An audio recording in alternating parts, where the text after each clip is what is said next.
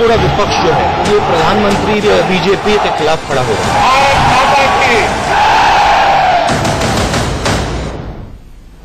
नमस्कार, tonight with दीपक चौरसिया में आपका स्वागत है। 2019 का चुनाव सर पर आने लगा है और इसलिए छोटी बड़ी हर बात को लेकर राजनीति हो रही है। शोक सभा तक में नेताओं को लोकसभा चुनाव की चिंता सता रही है। चुनाव के हिसाब से राजनीति में किन मुद्दों को कैसे कैसे तोड़ा और मोड़ा जा रहा है, ये दिखाने के लिए हम हाजिर हैं। बात सबसे पहले जम्मू कश्मीर की, जिसका पूरे हिंदुस्तान से भूगोल नहीं भावनाओं से भी अटूट रिश्ता है। जम्मू कश्मीर में बीजेपी पीडीपी गठबंधन की सरकार गिरे लगभग 2 महीने हो चुके हैं। सूबे में राज्यपाल शासन है और इस दौरान पत्थरबाज कमोबेश शांत रहे, लेकिन आज बकरीद के मौके पर एक बार फिर ये अपने खोल से बाहर निकले और हिंसा का नंगा नाच किया। श्रीनगर और अनंतनाग में जिस तरह से पत्थरबाजों ने आज आतंक मचाया, पहले वो तस्वीरें देखिए।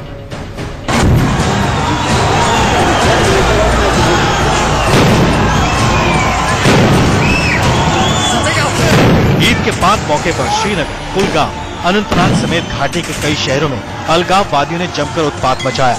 ईद की नमाज के बाद उपद्रवियों ने सेना की गाड़ियों को पत्थरों से निशाना बनाया। इस दौरान वो पाकिस्तान और आतंकी संगठन ISIS का झंडा लहराते हुए पाकिस्तान जिंदाबाद के नारे भी लगा रहे थे।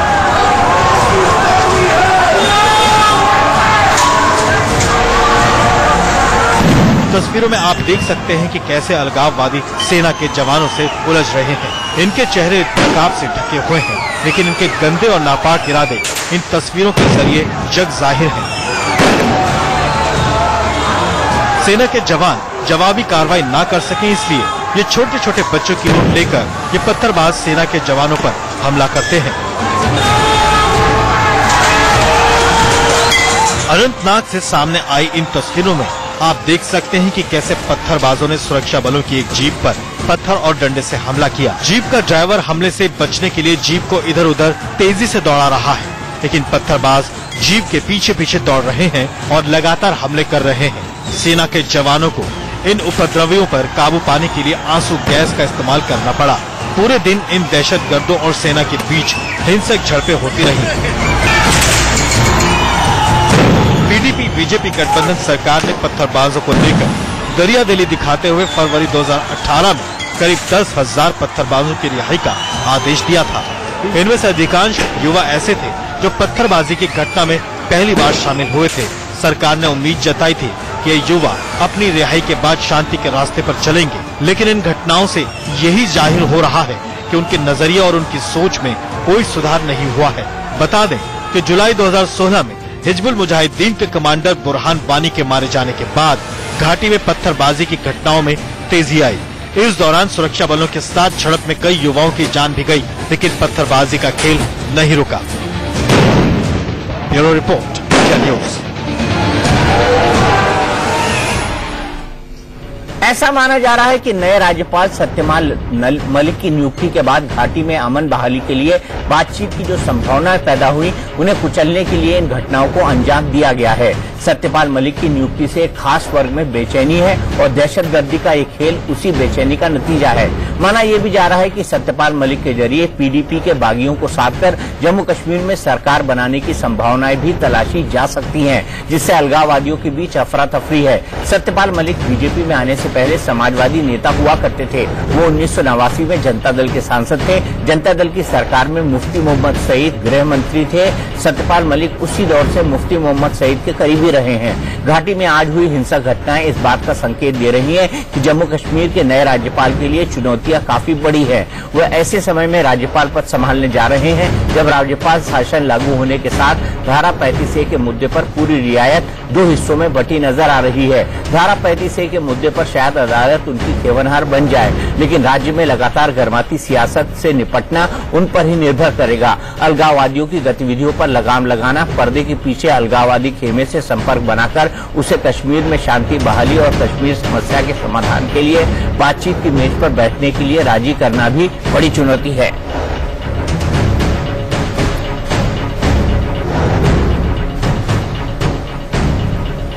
जम्मू कश्मीर को लेकर केंद्र की सरकार भले ही नई रणनीति पर काम कर रही हो, लेकिन विरोधी दलों का मानना है कि सरकार कश्मीर के मोर्चे पर पूरी तरह से नाकाम है और ये हिंसा उसी का नतीजा है। कुछ एक लोग चाहते नहीं कि कश्मीर में अमन और शांति बहाल हो, क्योंकि उनकी राजनीति पिछले 25-30 वर्षों में इसी माहौल पर चढ़ती रही है। लेकिन कश्मीर का आम आवाम आगे बढ़ चुका है। इसका प्रमाण इसी बात से जाहिर होता है कि हर वर्ष सिविल सर्विस आईएएस में टॉपर कश्मीर से है। आईआईटी, जेईई, नीट के इम्तिहान में बड़ी भारी संख्या में वहां से युवा आ रहे हैं। लेकिन कुछ एक लोग, भले ही वो अपने आप को अलगाववादी कहते हो, चले वो अपने आप को मुख्यधारा कहते हो, चाहते ही नहीं, वो चाहते हैं कि वैक्यूम रहे, वहां राजनीतिक प्रक्रिया न रहे, ताकि उनकी अपने ढंग का एजेंडा चलता रहे। These incidents must end, especially on the holy occasion of the Eid. Such acts are not acceptable, and the government of India must come strongly against such activities. मैं इसकी निंदा करता हूं और मैं मानता हूं कि कश्मीर समस्या जो दिल्ली की सरकार है और वहां के जो लोग हैं, तो इन्होंने जब साझा सरकार बनाई थी भारतीय जनता पार्टी और पीडीपी ने, उन्होंने कहा था कि we will talk to all stakeholders including Pakistan, including Hurriyat. एक दिन भी कब नहीं किया। दूसरा राजस्थान ने पकड़ा, उससे क्या लाभ निकला। रोज वहां नागरिक जो है वो बॉर्डर पे तंग तबाह है, रोज शहादत हो रही है। एक और पत्थरबाजों ने घाटी में आतंक मचाया तो वहीं नेशनल कॉन्फ्रेंस के मुखिया और सूबे के पूर्व सीएम फारूक अब्दुल्ला को श्रीनगर में विरोध का सामना करना पड़ा और इसकी वजह बनी उनकी देशभक्ति। आपको दिखाते हैं कि कैसे और क्यों भारत माता की जय का नारा लगाना फारूक साहब को भारी पड़ गया।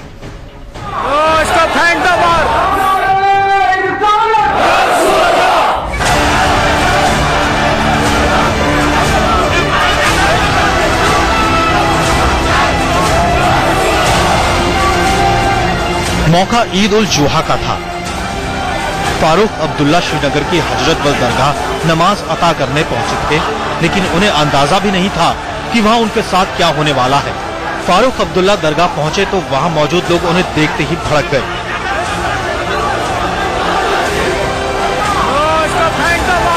फारूक अब्दुल्ला से लोग इतने नाराज थे कि उनके खिलाफ शर्म करो के नारे लगाने लगे। इतना ही नहीं, लोग उन्हें मस्जिद से बाहर निकालने की मांग तक करने लगे और हाथों में जूते उठा लिए। हालांकि सुरक्षा घेरे के चलते कोई उनके पास नहीं जा सका। लोग जाकिर मूसा और आजादी आजादी के नारे लगा रहे थे।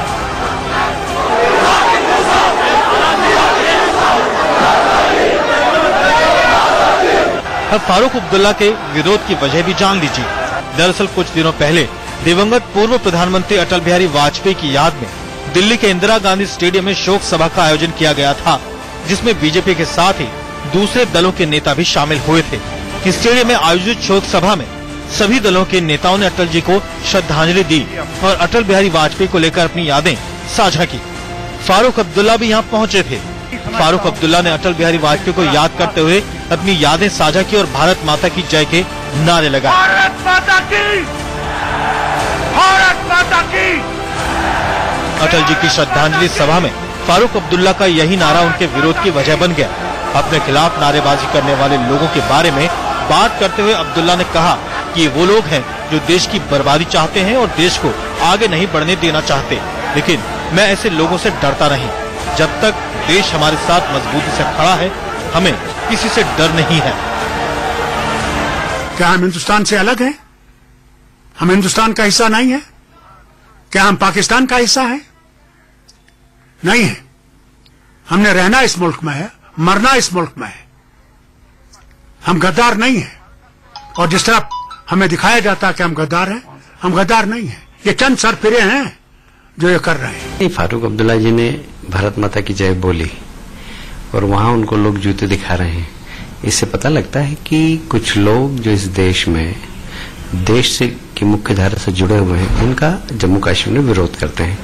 और यही कारण है कि कई बार वोट की पॉलिटिक्स के कारण लीडर्स जनता के सामने नतमस्तक हो जाते हैं। पर मैं फारूक अब्दुल्ला जी को सलाम करता हूं कि उन्होंने दमदारी के साथ भारत माता की जय बोला। तो ये भी है कि पाकिस्तान में अभी 2 दिन पहले नई सरकार आई है इमरान खान की। इमरान खान ने बड़े अच्छे कंसिलिएटरी शब्द बोले हैं कि वो भारत के साथ रिश्ते सुधारना चाहते हैं। तो कुछ तत्व ऐसे हैं घाटी में जो ये संकेत देना चाहते हैं कि इमरान खान जो चाहे वो कहें, लेकिन हमारा एजेंडा नहीं बदलने वाला। हम ये अपने प्रोटेस्ट या अपने जो पहले कुछ लोग करते थे कि हमारा एजेंडा जारी रहेगा। माना जा रहा है कि फारूक अब्दुल्ला का विरोध करने वाले कश्मीर के वो लोग हैं जिनकी दुकान भारत और भारतीयता का विरोध करने पर चल रही है। ये लोग नहीं चाहते कि कश्मीर में कोई भारत भक्त सिर उठाए। फारूक का विरोध करके पाकिस्तान के पिट्ठू कश्मीरियों के मन में दहशत कायम रखना चाहते हैं। Bureau report, India news. और आइए इस मुद्दे पर देखते हैं कि मेरी राय क्या है।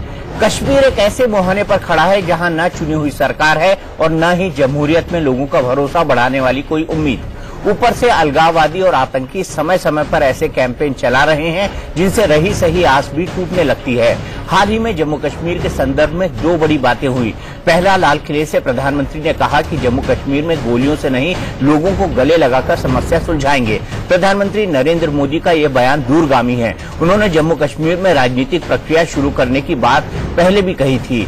शायद इसीलिए एक राजनेता को जम्मू कश्मीर का नया राज्यपाल बनाया गया। सत्यपाल मलिक की राज्यपाल के तौर पर नियुक्ति ये संकेत है, लेकिन अलगाववादियों और आतंकवादियों की ये पहल पसंद नहीं आई। इसलिए आज घाटी में लोगों को उकसाया गया, पत्थरबाजी कराई गई, एक पुलिस अफसर और बीजेपी नेता का कत्ल कर दिया गया, भारत माता की जय बोलने वाले फारूक अब्दुल्ला को निशाने पर लिया गया। जाहिर सी बात है कि कश्मीर में शांति की एक राजनीतिक पहल को पलीता लगाने की कोशिशें तेज हो चुकी हैं। मेरी राय है कि सरकार को इस मामले में और संभलकर आगे बढ़ने की जरूरत है। कश्मीर के आम लोगों में भरोसा कायम करना जरूरी है कि जमहूरियत और इंसानियत के बिना कश्मीरियत नहीं बचेगी। रुक करते हैं बिहार का, जहां आरा कांड को लेकर सीएम नीतीश कुमार की पार्टी जेडीयू आरजेडी पर हमलावर हो गई है। आज पार्टी ने इस मामले को लेकर प्रेस कॉन्फ्रेंस की और आक्रामक अंदाज में जताने और बताने की कोशिश की कि आरा के शर्मनाक कांड में आरजेडी के ही नेता शामिल थे और ये पूरी घटना आरजेडी की सोची समझी साजिश का नतीजा है। जेडीयू का दावा है कि किशोरी यादव नाम का आरजेडी नेता आरा कांड का मास्टरमाइंड है। हालांकि आरजेडी जेडीयू के आरोपों को सिरे से खारिज कर रही है। तेजस्वी यादव ने ट्वीट कर कहा है कि आरा कांड में शामिल लोगों का उनकी पार्टी से कोई लेना देना नहीं है। अब आरजेडी भले ही आरा की घटना में शामिल लोगों को अपनी पार्टी को मानने से इनकार कर रही हो, लेकिन जेडीयू कथित सबूतों के दम पर उसे झूठा साबित करने में तुली हुई है।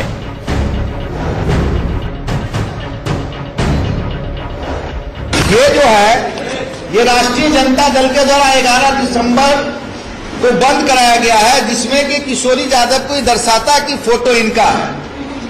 और ये जो बिहिया में कांड हुआ, जो गोल किया गया है, यही है किशोरी यादव जी। दूसरा फोटो है कि किशोरी यादव जी देखिए, ये है। और ये चौथा है जो राष्ट्रीय जनता दल के झंडा के साथ मोटरसाइकिल में जुलूस में है। और ये फोटो है जिसमें कि तेजस्वी यादव जी का भी फोटो लगाए हुए हैं। इससे बड़ा सबूत हम लोग क्या दे सकते हैं?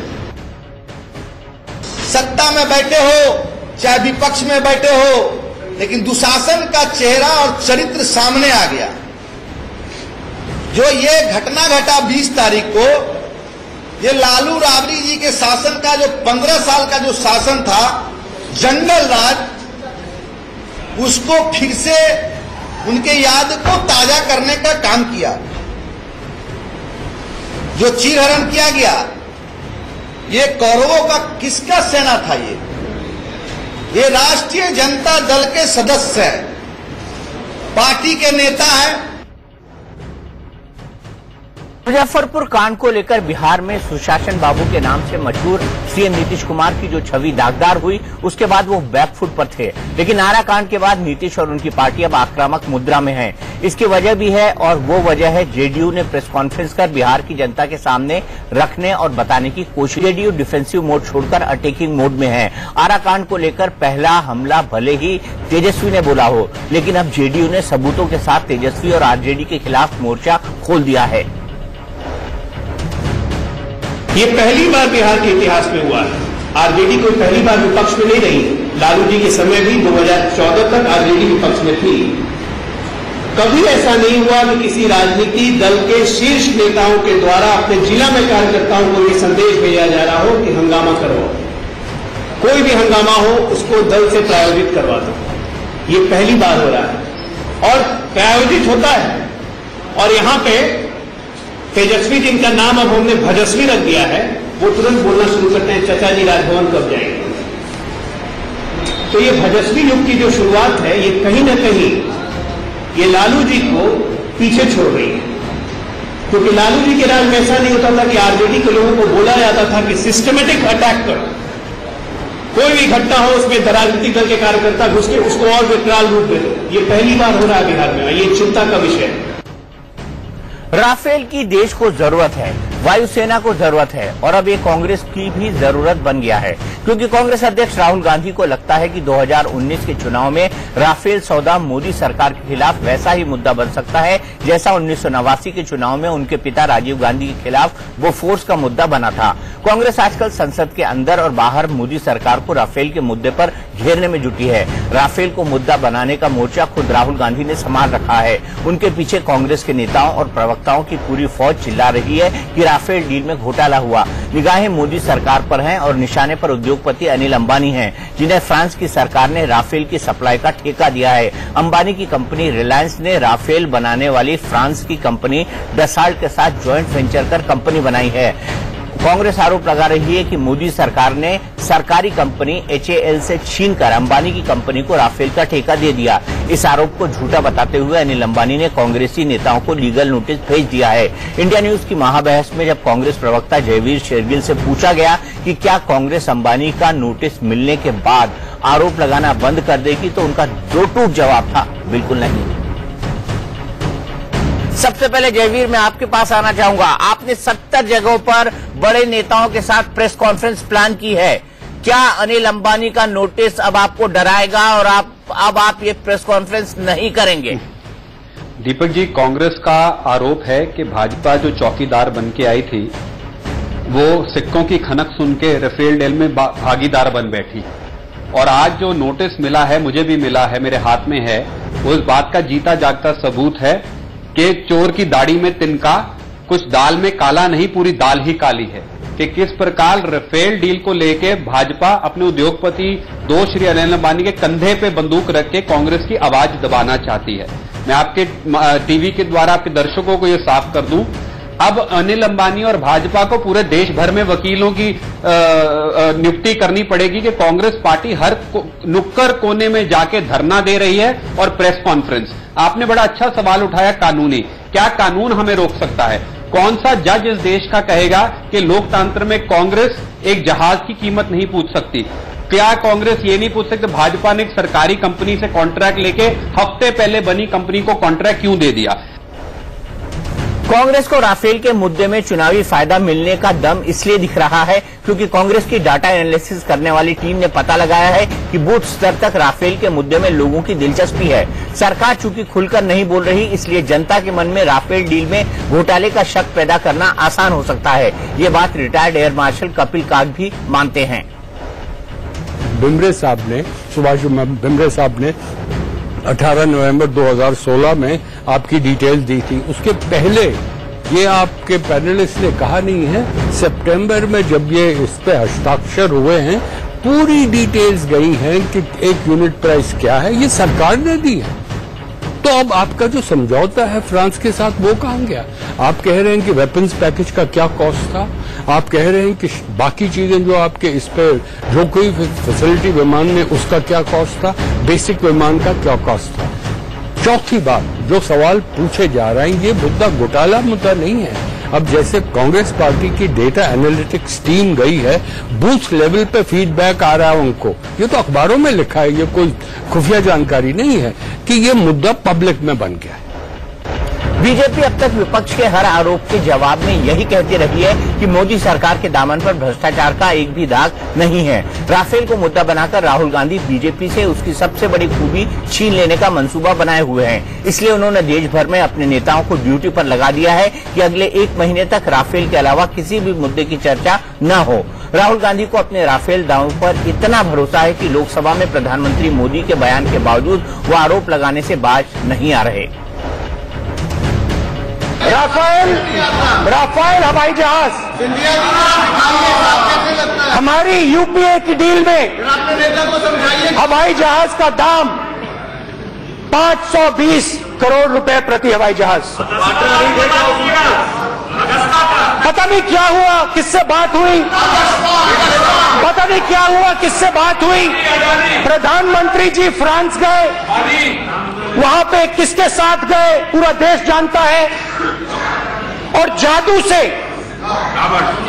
से हवाई जहाज का दाम 1600 करोड़ रुपए प्रति हवाई जहाज हो गया। इस सदन के माध्यम से अध्यक्ष महोदय जी, मैं देशवासियों को विश्वास दिलाना चाहता हूं, देशवासियों को आश्वस्त करना चाहता हूं कि ये समझौता दो देशों के बीच हुआ है, ये कोई व्यापारी पार्टियों के साथ नहीं हुआ है, दो जिम्मेवार सरकारों के बीच में हुआ है और पूरी पारदर्शिता के साथ हुआ है।